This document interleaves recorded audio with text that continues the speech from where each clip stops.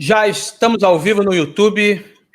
Olá, YouTube, como vai vocês? Mais um minutinho. Também já estamos no Facebook. Tudo bem para você que nos acompanha no Facebook? Em alguns minutinhos entramos no LinkedIn. LinkedIn é um pouco mais demorado, ele ainda tem um modelo um pouco diferentão. Já vamos começar. Nosso bate-papo de hoje é com o Milton Gatto e vamos falar sobre drawback. Já a gente entra no LinkedIn. Já estamos ao vivo no LinkedIn também. Olá, seja muito bem-vindo, seja muito bem-vindo. Eu sou Carlos Araújo e este é o Boteco do Comex, o nosso encontro semanal, todas as segundas-feiras, para falar de um jeito descontraído, mas de algo de muita relevância. Hoje você deve estar achando estranho, porque eu sempre tenho aqui ao meu lado Roberta Folgueral e Jonas Vieira, mas os dois tiveram um contratempo lá, de local, de trabalho, e eu vou fazer isso sozinho aqui, junto com o meu convidado, que é Milton Gatto. Tudo bem, Milton? Como vai? Tudo bem, Carlos. Tudo ótimo. Obrigado aí pelo convite. E desde já, né, lamentando a ausência da Roberta e do Jonas, né? Pois é, dois que trazem muita alegria aqui para a gente. Deixa eu lhe apresentar rapidamente. Milton Gatto é diretor de Customs e International Trade da Andes Tax. Tem 35 anos de experiência no comércio exterior com consultoria em classificação fiscal, regimes aduaneiros especiais, em especial o drawback. E o nosso bate-papo de hoje é sobre as mudanças do drawback. Tudo o que aconteceu nos últimos meses, Milton, acelerou, só faltou acelerar navio, né? Porque o resto, muitas mudanças vieram, dentre elas, o drawback. Foi positivo essa nova portaria? Foi positivo. Se bem que, vamos só colocar uma ordem aqui na coisa, né? Ainda que nós tenhamos aí a novidade da portaria, basicamente a portaria C5, número 44, ela foi publicada em julho, agora dia 27, né, no Diário Oficial da União, e ela está entrando em vigor amanhã, viu, Carlos? Porque eu lembrei disso hoje de manhã, que é amanhã, 11 de agosto, que ela entra 11 de agosto. Inclusive, hoje eu vim aqui para a empresa, como todo dia eu faço a leitura do Diário Oficial da União, né? Até gerou uma certa expectativa, eu falei, pô, a portaria entra em vigor amanhã. Será que alteraram alguma coisa, né? E não alteraram, então efetivamente ela entra em vigor a partir da manhã. E assim, ainda que seja uma novidade, ela é basicamente aquela minuta que foi publicada lá em janeiro, tá? Então, assim, fica aí até, então, já a indicação. Pessoal, eventualmente o governo publica minutas de sugestão, de alteração de legislação, como, aliás, você publicou hoje, né, Carlos? Do radar. Do Radar Siscomex, está lá, consulta pública 003, tem mudança significativa ali, né? Exatamente. E consulta pública é isso, né, Carlos? É para ler, é para interpretar e, se for o caso, mandar a sugestão para o governo. Tá? Então, pois é, assim, tem lá um e-mail, hoje num grupo que eu participo de profissionais do despacho aduaneiro, eu fiz essa pergunta, nesse grupo aqui tem representantes da ADAB, da FEA Aduaneiros, diversos sindicatos no Brasil do despachante aduaneiro, e aí, estamos nos movimentando para mandar as nossas sugestões, porque a pessoa física pode mandar, você tem lá um e-mail e manda a sugestão, ela vai ser lida, acatada ou não, mas as entidades de classe também fazem isso. E foi o que deveria ter sido feito no drawback, né?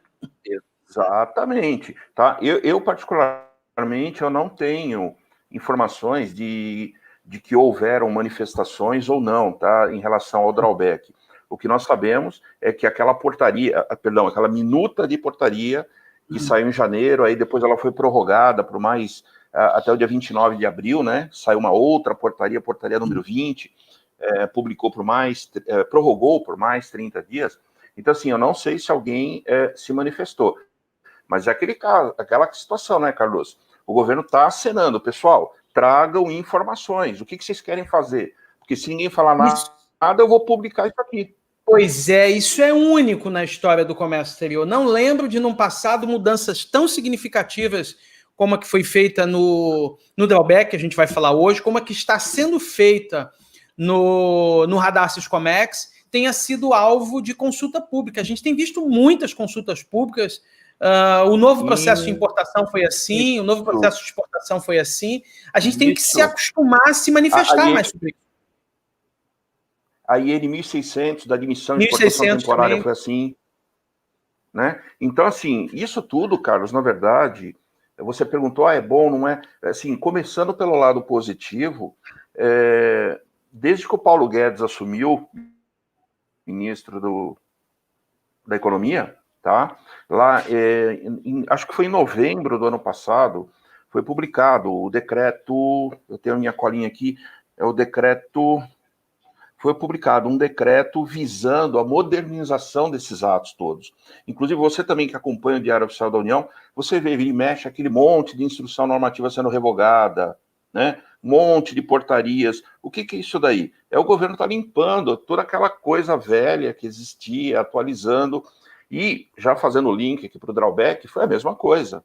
Né? Até houve a reformulação do Ministério, né? Hoje a CECINT, é antigo EMIDIC, né? Nós tínhamos a portaria 23, agora temos a portaria 44.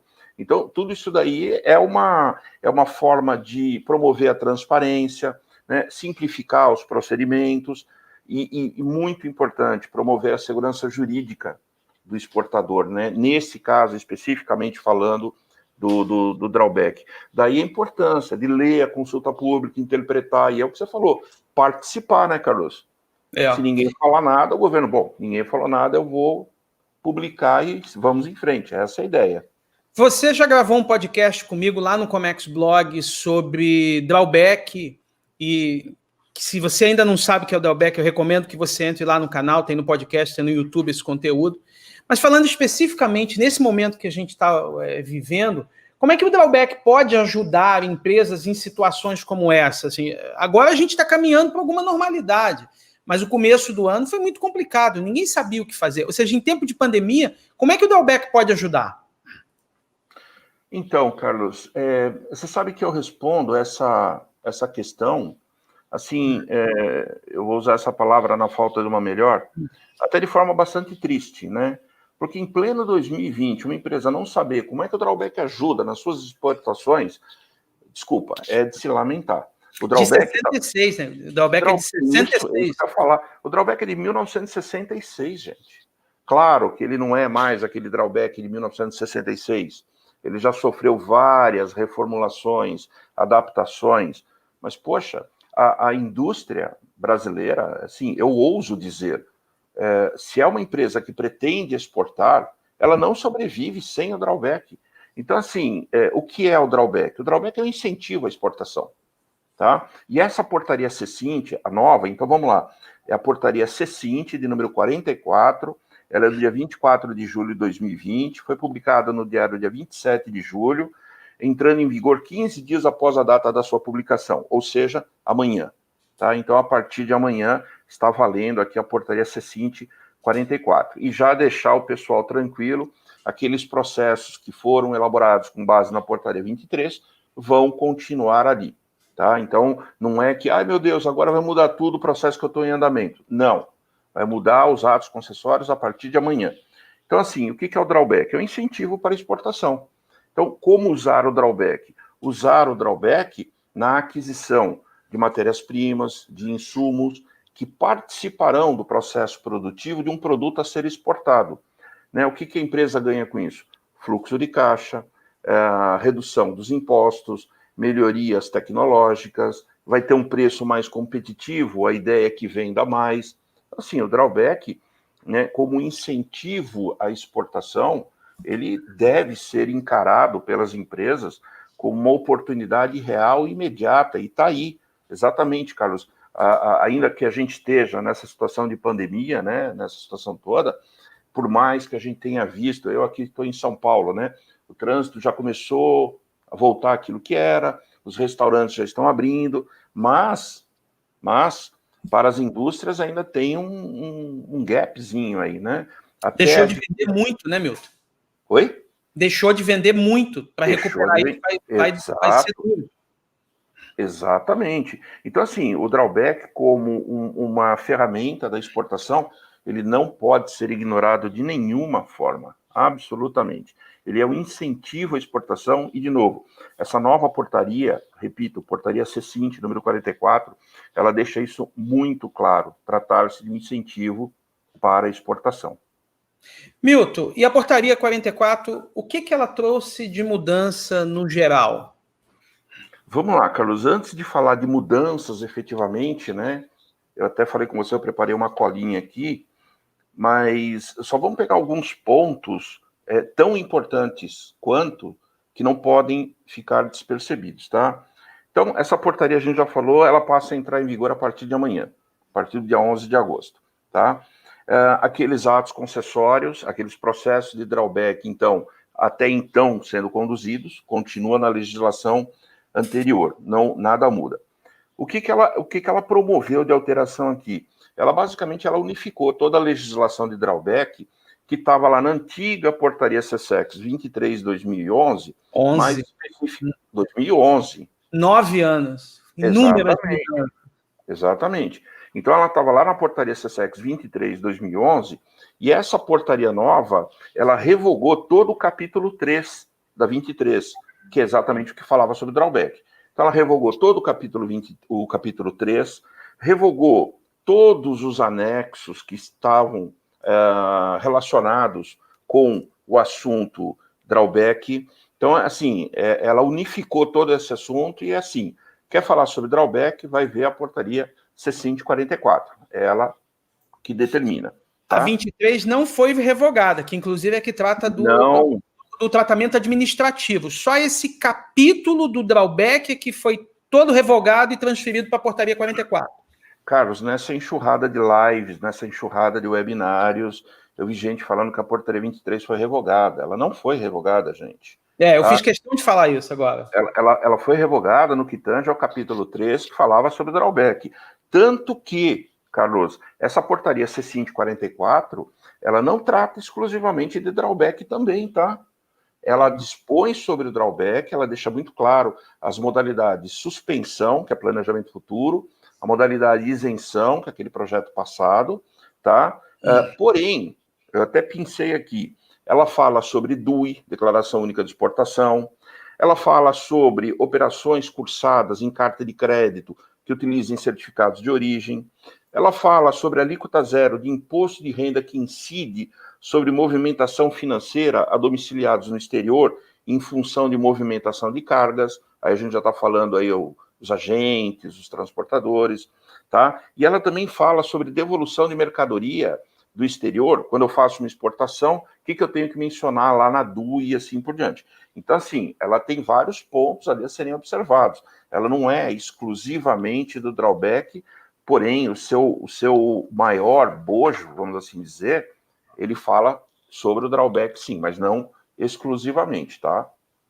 Então, a portaria traz inúmeras mudanças. Você falou de definir muito bem as modalidades isenção, suspensão e isenção. O que mais que você chama a atenção de que ela trouxe de mudanças? Bom, aí agora sim, então vem as questões relacionadas ao drawback, que eu aqui meio que dividi em 3 grandes grupos, tá?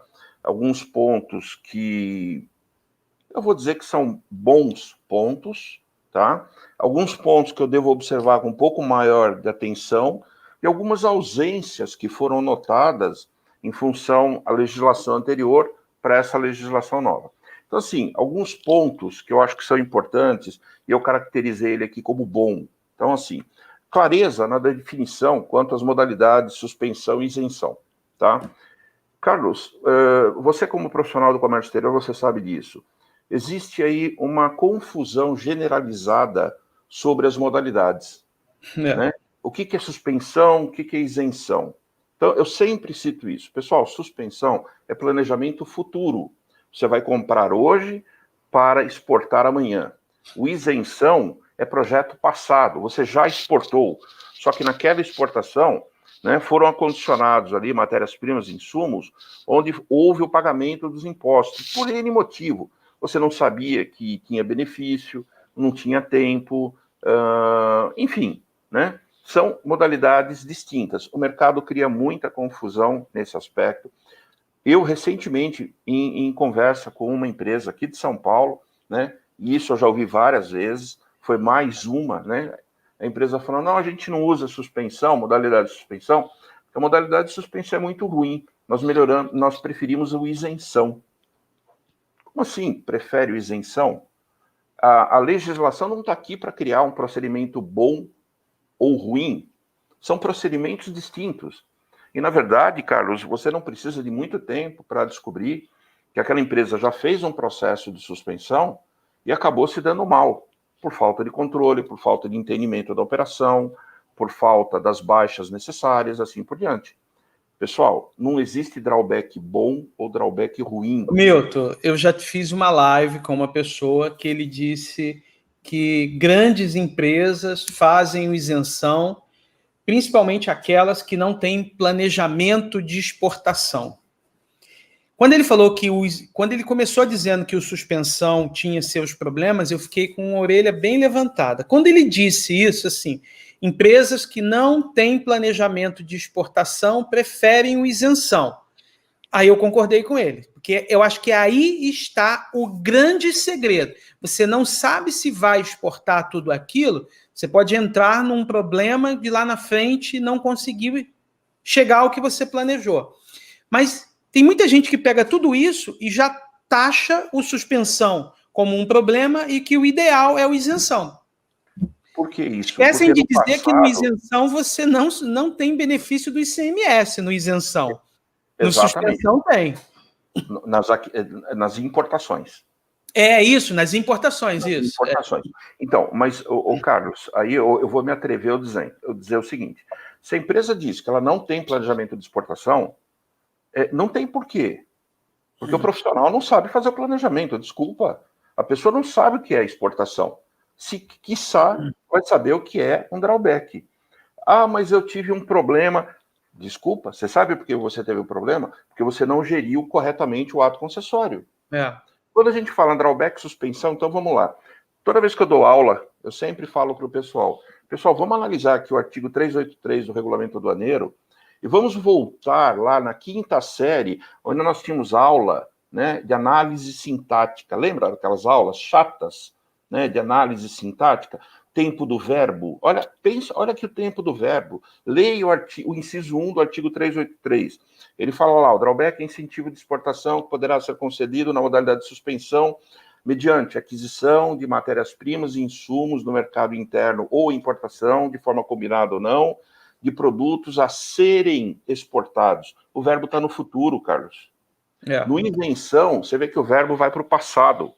Então, assim, primeiro você tem que distinguir. Segundo, é claro que a modalidade isenção ela é muito importante, porque, eventualmente, ela vai resolver uma situação de que foi criada lá no passado por falta de entendimento, por falta de tempo, por N motivo que a pessoa teve que adquirir lá a matéria-prima e insumo, recolheu os impostos e fez a exportação. Agora, por favor, isso não significa, né, que um é melhor do que o outro. Que um é melhor do que o outro. Não, são operações distintas. O drawback e isenção, ele é tão bom quanto suspensão. E a portaria, na sua visão, trouxe uma definição muito mais clara sobre esses dois. Bem mais clara. Desculpa, na minha percepção não era necessário isso, porque trabalhamos com isso há muitos anos, né? Mas para o mercado eu achei que foi muito bom. Então trouxe assim, uma definição bastante clara sobre o que é o suspensão, sobre o que é o isenção. E aí, Carlos, seguindo no ponto, você falou, né, alguns pontos aí que são bons, né, nessa nova portaria. Por exemplo, essa portaria agora, nova, ela contempla uma situação que não era contemplada no passado, que é aquela relação em função de flutuação de valores. Pensava que o valor era de um jeito e chegava a outro. E tinha até penalidade para isso, né? Tinha até penalidade. Você incorria até no caso, eventualmente, da inadimplência do compromisso de exportar. Tá? Então, o que é a flutuação de valores? Principalmente quando você trabalha com commodities, preços que variam, preços de mercadorias que variam em função de bolsas. Né? Nós sabemos que commodities têm essa situação. Enfim, essa portaria veio a discriminar, literalmente, de que isso não é mais um motivo de descumprimento. Poxa, que legal, bacana. Governo, nota 10 nesse aspecto, tá? Era um pleito do mercado isso, né, Milton? Como? Era um pleito do mercado, né? Você tinha casos que não tinha o que fazer e ainda era assim penalizado, porque o mercado tinha preços diferentes daquilo que você colocou lá. Exatamente, tá? Uma outra alteração que o sistema, que a portaria trouxe, é que agora quando você falar na aquisição de matérias-primas e insumos com mais de 900 itens, automaticamente você vai para o drawback submodalidade genérica. A genérica é aquela que permite que você descreva genericamente a identificação dos produtos, sem a menção, por exemplo, da classificação fiscal. Porém, não mudou a necessidade do laudo técnico de fazer a identificação do bom, né, o Bill of Material, tá? Então, para termos de abertura de ato concessório, mais de 900 itens, agora você vai para o genérico. Então, isso, a portaria, ela acabou trazendo, está lá no artigo 12, nesse aspecto. Na verdade, tudo fica ligado ao laudo, mas te tira uma obrigação de digitar cada um desses itens com NCM lá no ato concessório, né? Sim, e detalhe, tá? De novo, acima de 900 itens. Claro que vai ter gente falando, pô, por que não 500, por que não 400? Gente, o governo também tem que estabelecer uma regra, ele estabeleceu. Acima de 900 vai para o genérico. Abaixo de 900, você vai ter que digitar, não tem jeito. E, Milton, cá entre nós, se a empresa que está fazendo 860, 870 itens não tem um sistema conectado com a ferramenta do governo para transmitir isso para lá e para cá, pode parar o mundo, porque digitar isso manualmente é serviço de louco, né? Mas, Carlos, alguém ainda trabalha na época da pedra? No comércio Milton, pode ter certeza que tem muita gente que tem planilha no Excel, pode ter planilha no Excel. Sim, não, com certeza, sabemos disso.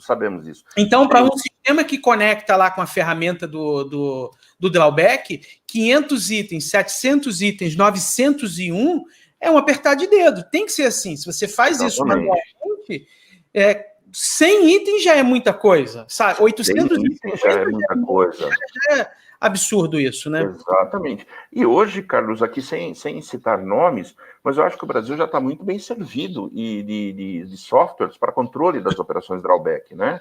Você já tem aí softwares que atendem mais o despachante aduaneiro, o outro que atende mais a indústria, mas você já tem aí ferramentas de valor de aquisição bem interessante, né?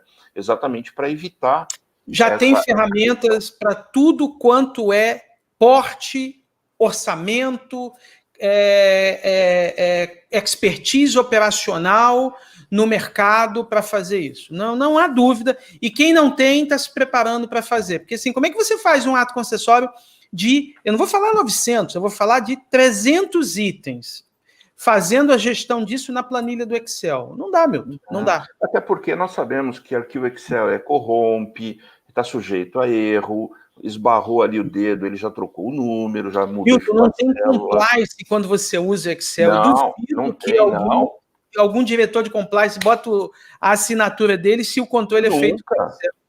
Nunca. Aqui na empresa nós fazemos aí, trabalhamos com certificação OEA, né? E o OEA vai muito nesse aspecto, né? A pessoa fala, não, todo o meu controle é em planilha Excel. Poxa, como assim Excel? Eu tenho um amigo que está até nos assistindo aqui, o Claudenir Scalzi. Cláudio tem uma empresa de software e boa parte da conversa dele hoje é focada nessas soluções para drawback.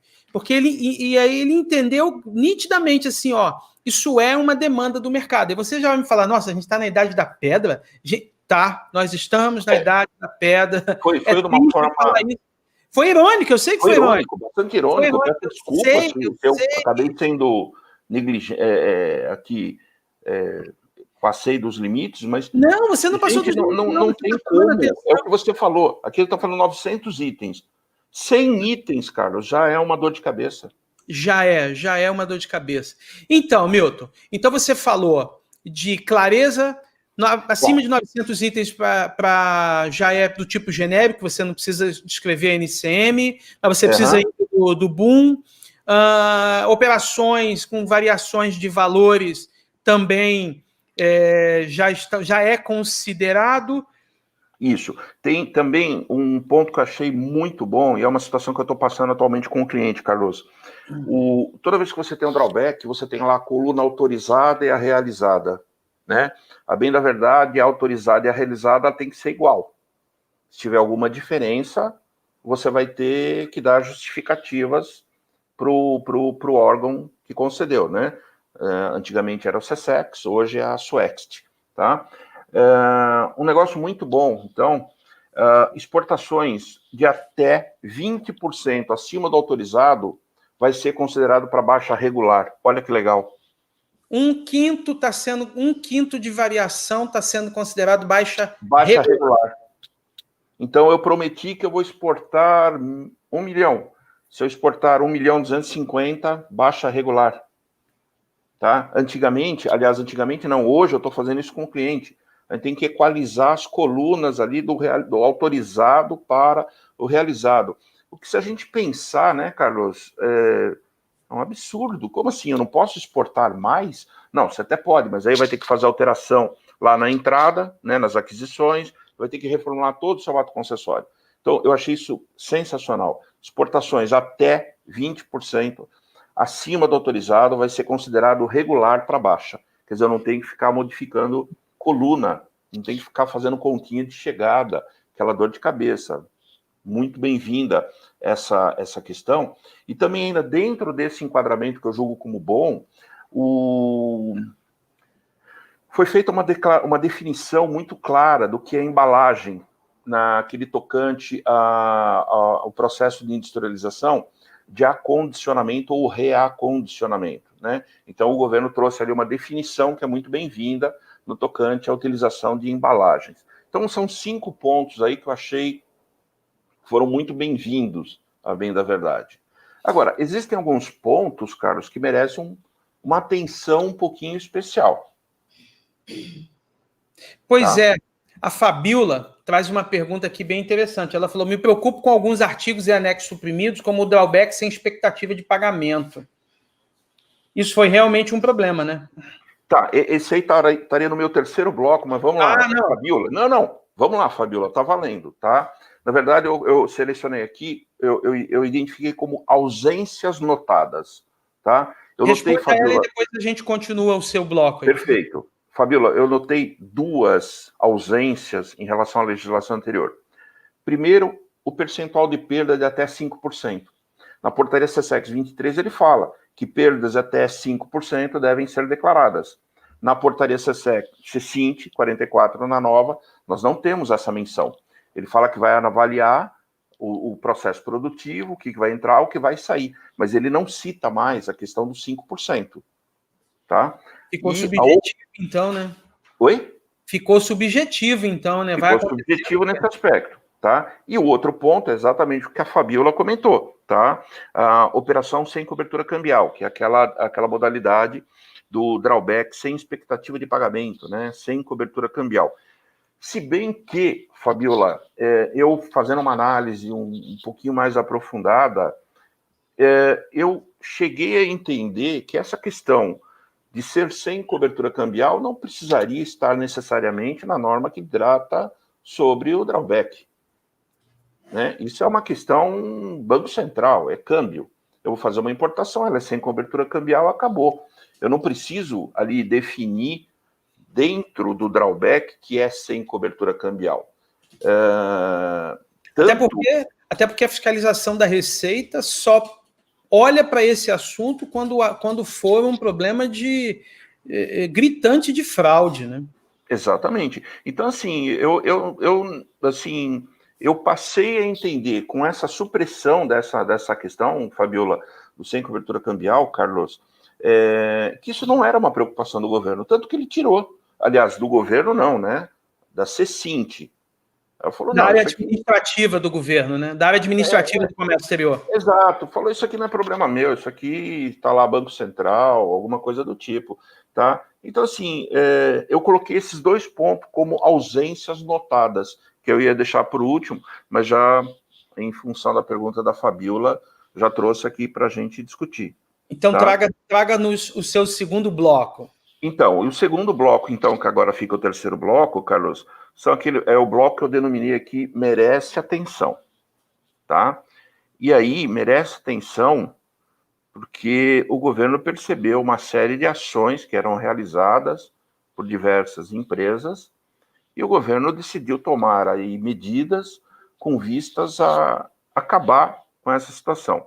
Por exemplo, ele está falando claramente no artigo 18, na portaria C-Cint, sobre o indeferimento de novos pedidos de atos concessórios para empresas que encerraram nos últimos 2 anos sem que hajam exportações. Então, você fez nos últimos 2 anos, você pediu atos concessórios, foram deferidos, só que você não vinculou processos de exportação. Pediu por pedir e deixou em cima da mesa. Então, não pediu por pedir, né, Carlos? Não, claro.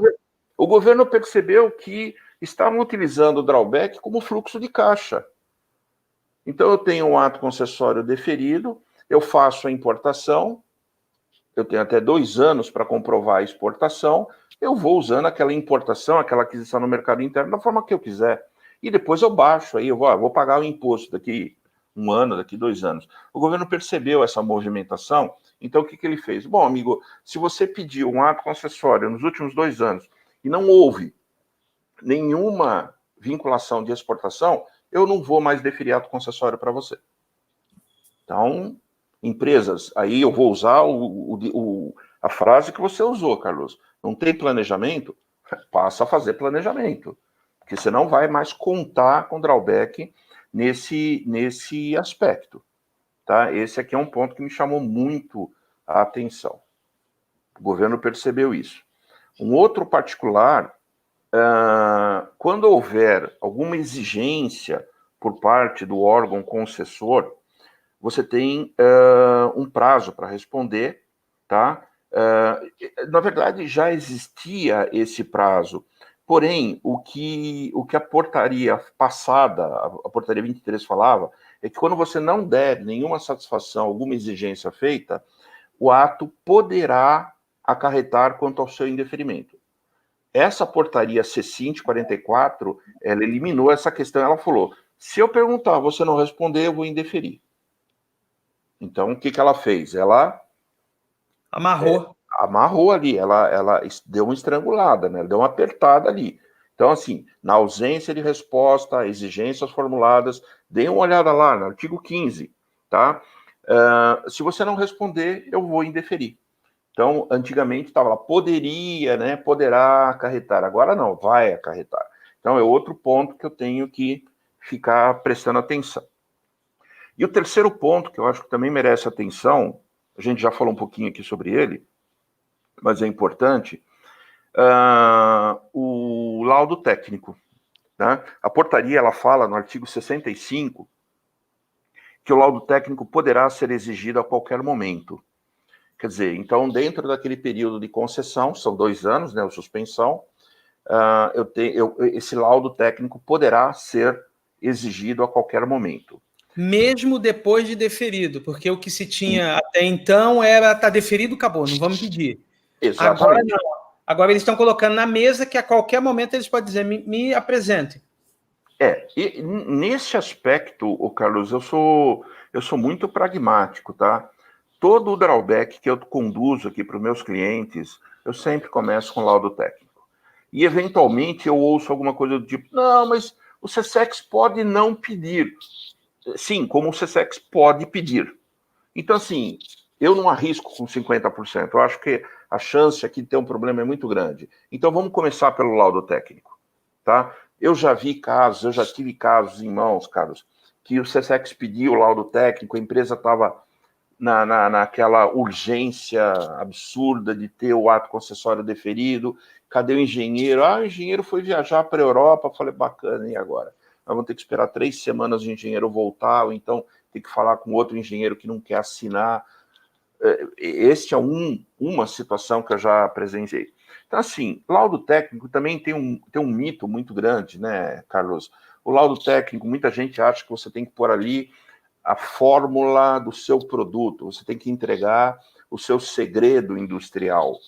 Gente, o SESEX, a CECINT, o Ministério, ele não quer saber de segredo industrial.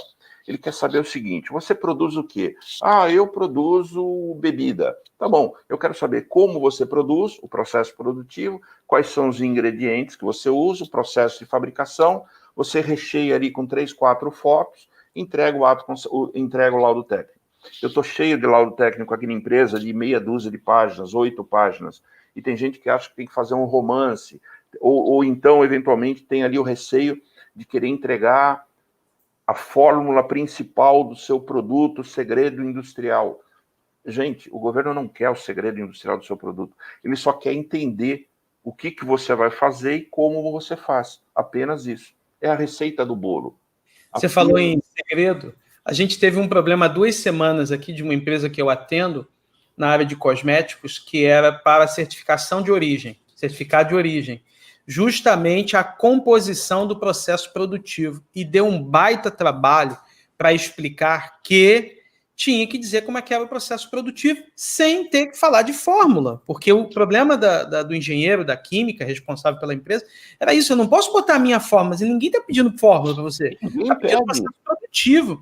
Aí a gente fez uma revisão de quase 8 vezes até chegar a uma coisa que, para a Federação do Comércio, é um documento muito simples, porque ela recebe isso todo dia. Até que chegou um ponto de dizer assim, ó, se não for, não sai o certificado de origem, acabou. Acabou, aí endureceram, né? No meio termo, porque fica todo mundo preocupado com a fórmula do produto. Não, a minha fórmula não vai dizer isso, vai fazer aquilo. Não é nada disso. É processo produtivo, meia dúzia de fotos, a composição de como vai ser feito, mas a fórmula, o segredo industrial, não tem que passar mesmo. Eu acho que a gente pode fazer aqui uma analogia, com todo respeito, né? Você acha que a FEMSA vai exportar Coca-Cola, vai colocar ali no seu ato concessório a fórmula da Coca-Cola? Claro que não. É óbvio que não, gente. É óbvio. O que a gente tem que entender é que o técnico que está lá em Brasília, o técnico que vai deferir o seu ato concessório, é uma pessoa administrativa, é um burocrata. Ele não conhece de fabricação. Ele tem uma vaga noção, então ele precisa saber, bom, o que você vai produzir? Ah, você vai produzir isso aqui. Como é que você produz? Ah, eu pego o produto, a matéria-prima entra, fica estocada lá a tantos graus, dali vai para um misturador, dali daquele misturador ele vai ali acompanhar para ser inserido um outro matéria-prima, daquilo tudo passa por uma massa que a gente passa pois ali é, na eu não vejo em laudo quantidades, tantos gramas disso, tantos mililitros daquilo, não vejo nada disso. Você pode até pôr, você pode até pôr, tá? Mas, de novo, você não vai colocar ali a fórmula do negócio. De novo, eu particularmente, eu não vejo isso como uma grande preocupação. Até porque, Carlos, se fosse assim, então ninguém fazia drawback. Se fosse assim, ninguém fazia drawback. Porque quem faz o drawback apresenta esses documentos. Então, assim, hoje você pode pegar aí no mercado as boas práticas, as grandes empresas que fazem drawback. Eu tenho um cliente aqui na minha empresa, ele tem uma média de 80 a 100 atos concessórios por ano. Nossa. Por ano. Tá? E é óbvio que ele não põe ali o segredo industrial dele. Tá? Ele pega lá a matéria-prima, a massa, transforma em óleo, do óleo a massa transforma não sei o que, sai o produto que eu exporto. Ele tem cerca de 80, 100 atos concessórios por ano. Né? Então, assim, não estamos falando de fórmulas, de segredos industriais, mas eu preciso saber como é que é a composição do produto, né? Mas como é a composição. Exatamente. Então, assim, esses 3 pontos eu acho assim que eles merecem uma atenção um pouquinho maior. É o indeferimento nos últimos 2 anos de atos que você não exportou nada, a questão ligada às exigências não respondidas e a questão do laudo técnico, né? Então, eu comecei a falar isso. Eu sempre começo pelo laudo técnico. Né? Até porque no laudo técnico, eventualmente, tem o Bill of Material, e dali eu já posso sentar ali no Siscomex e já começar a fazer o ato concessório, né, Carlos? Fica bem mais tranquilo nesse aspecto. Milton, para a gente finalizar, quem está nos vendo e ouvindo agora, fica a pergunta: devo entrar, se eu vou exportar, se eu tenho um planejamento, devo utilizar o regime aduaneiro especial drawback, ou isso é só para grande empresa?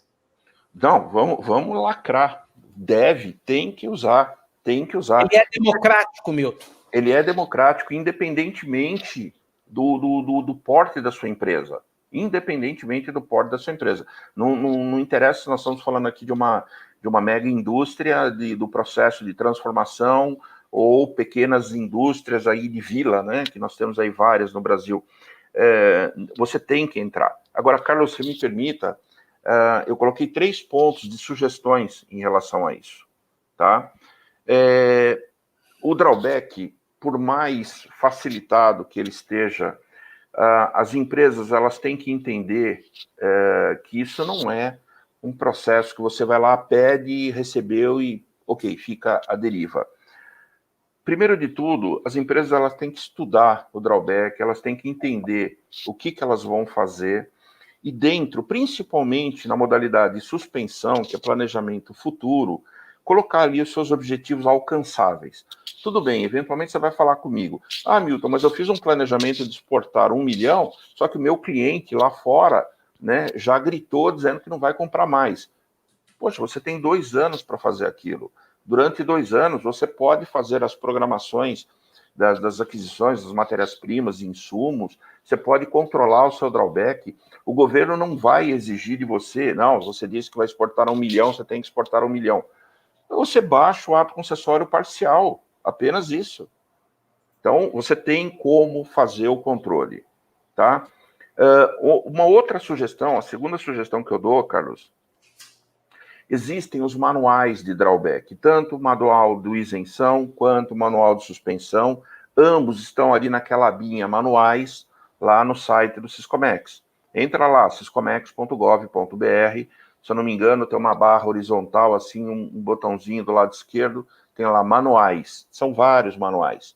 Aí tem uma seção ali de drawback, você encontra as versões atualizadas do manual de suspensão e o manual de isenção.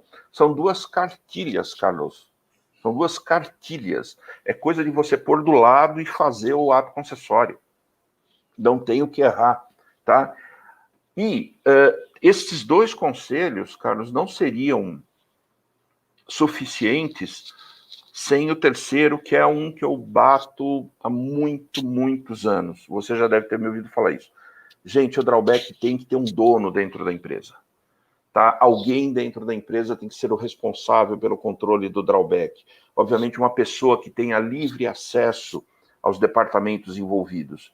Muita gente acha, não, mas drawback? Não, drawback é responsabilidade da importação. Não, drawback é responsabilidade da exportação. Primeiro fica esse empurra-empurra entre importação e exportação, e ninguém faz.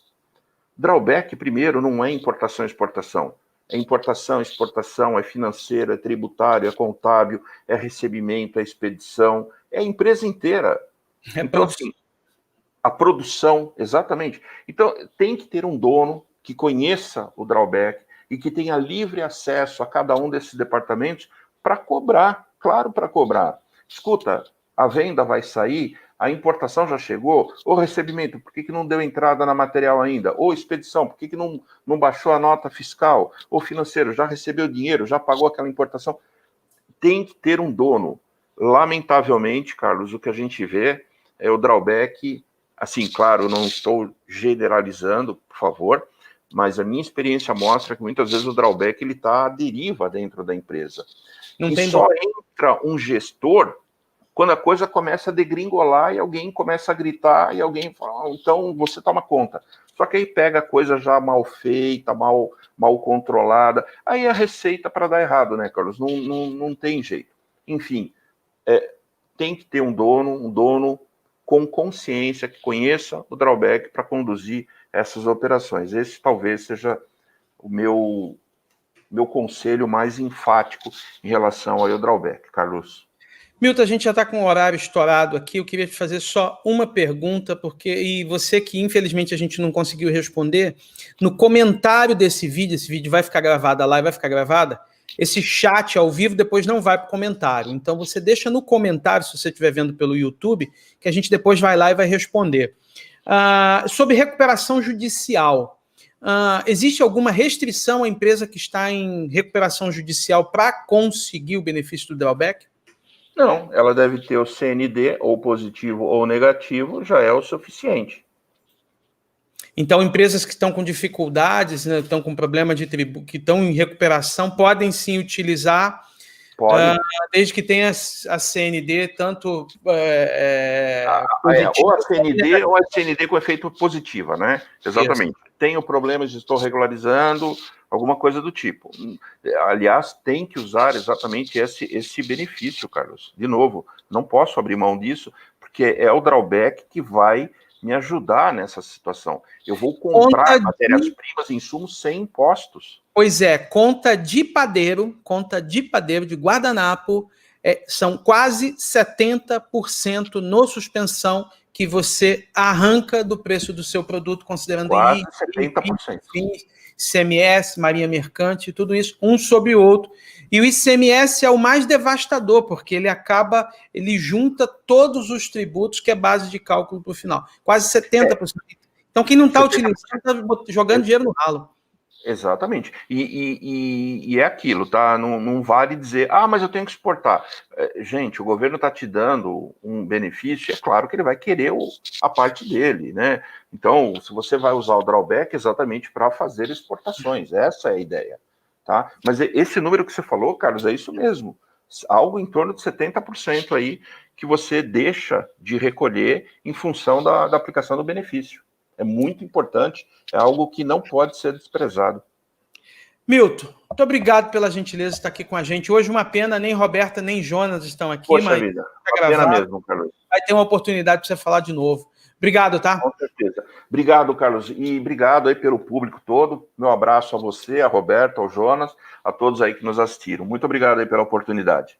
E você que ficou aqui até agora, se aprendeu alguma coisa comigo e com o Milton, deixa o seu like aí, tanto no YouTube, tanto no LinkedIn, tanto no Facebook, que é importante, é um termômetro para a gente, para saber se o conteúdo está funcionando. Na próxima quarta-feira, agora, no Comex Blog, a gente vai fazer uma live com a Márcia Mendes sobre o que vai acontecer com o Siscoserv, porque está todo mundo dizendo acabou o sistema, a obrigação acessória, não, senhor. E a própria publicação do Ministério da Economia fala que tudo parado até 31/12. A partir de 1º de janeiro, volta tudo como dantes, no quartel de Abrantes, né? E a Márcia vai nos dizer exatamente como se preparar. Então, fique ligado. Se ainda não é inscrito no canal, aproveita e se inscreve, porque você vai receber essa notificação. Quarta-feira, dia 12 de agosto, às 19 horas, nós vamos falar sobre o que vai acontecer com o Siscoserv no próximo ano. Milton, muito obrigado. Você que ficou aqui até agora, muito obrigado. Deixa seu like e até o próximo Boteco, toda segunda-feira, às 1h30 da tarde. Um forte abraço. Abraço.